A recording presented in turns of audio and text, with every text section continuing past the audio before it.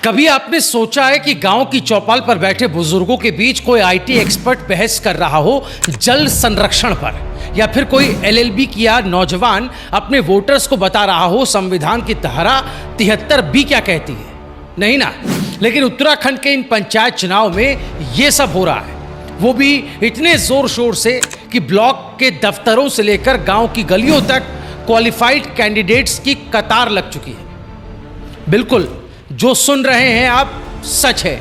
एक एक उदाहरण मैं आपको दूंगा उत्तराखंड में कहां कहां पर क्या हलचल है। नमस्कार, आप देखना शुरू कर चुके हैं उत्तराखंड का तेजी से उभरता हुआ डिजिटल चैनल रायशुमारी, और मैं हूं आपके साथ भुवन शर्मा।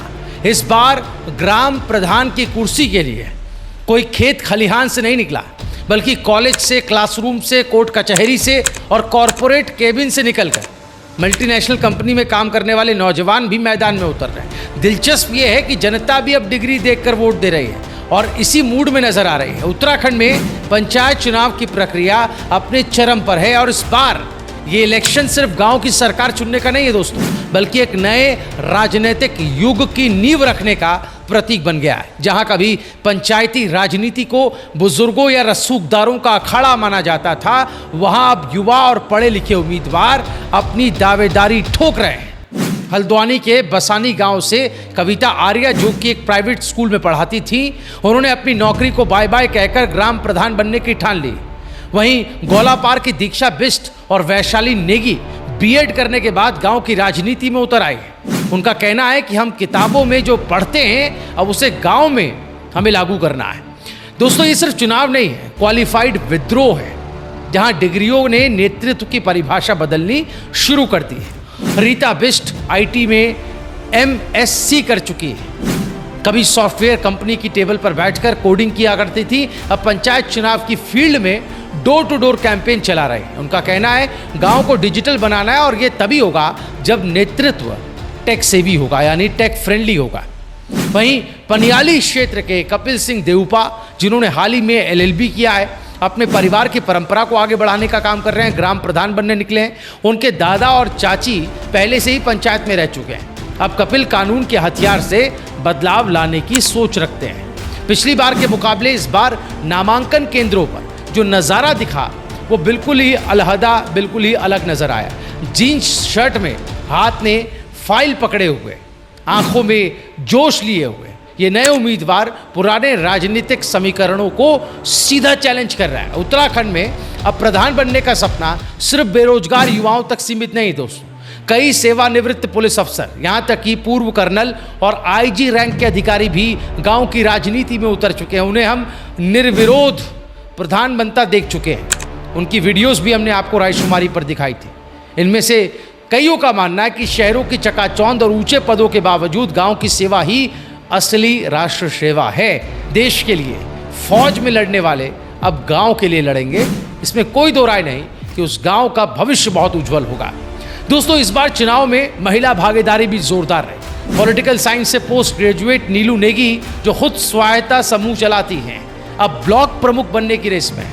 वहीं मीना पांडे की बात करें, जो पहले पति की राजनीतिक यात्रा में साथ दिया करती थी, अब खुद मैदान में उतरी हैं। खुद मीना कहती हैं कि अब पर्दे के पीछे नहीं, सामने से मैं नेतृत्व करूंगी। दोस्तों, 21 से 30 साल की युवतियों ने जिस तरह गांव-गांव जाकर जनसंपर्क किया, वो अपने आप में महिला सशक्तिकरण की एक मिसाल बन गया है। गांव की सियासत में पहली बार ऐसा हो रहा है कि उम्मीदवारों की प्रचार गाड़ी सोशल मीडिया के इंजन से चल रही है। ये भी बहुत ताज्जुब की बात है।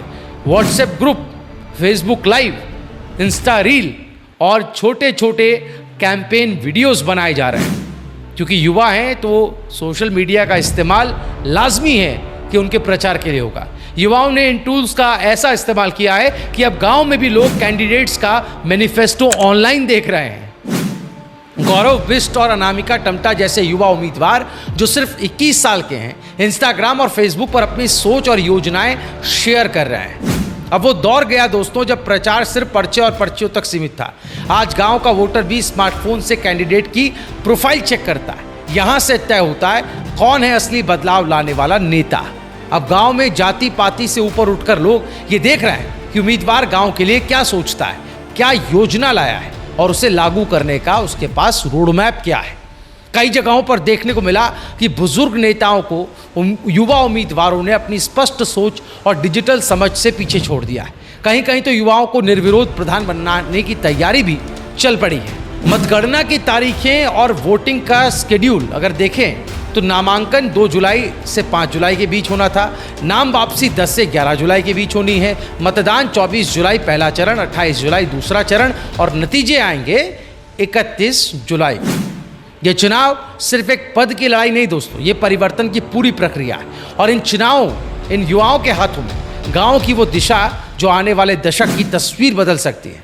उत्तराखंड में पंचायत चुनाव इस बार सामाजिक क्रांति का रूप ले चुके हैं। एक और बेरोजगार युवा सरकारी नौकरी का इंतजार छोड़ खुद गांव के नेतृत्व का जिम्मा उठा रहे हैं। दूसरी ओर पढ़े लिखे अनुभवी अफसर अब गांव की राजनीति को नया विजन देना चाहते हैं। ये सवाल भी उठाता है, कई सारे सवाल उठते हैं कि क्या इतनी क्वालिफिकेशन, क्या इतना पढ़ा लिखा होना वाकई विकास में फर्क लाएगा या सिर्फ नामांकन तक सीमित रहेगा?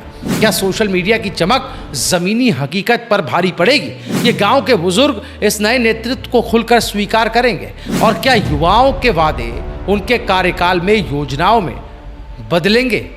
उत्तराखंड की पंचायत राजनीति में बदलाव की आहट तेज है। अब देखना है कि जनता बदलाव को वोट देती है या परंपरा को। एक बात तय है, इस बार गांव की सरकार नए हाथों में होगी जो नई सोच और नए विजन के साथ आए।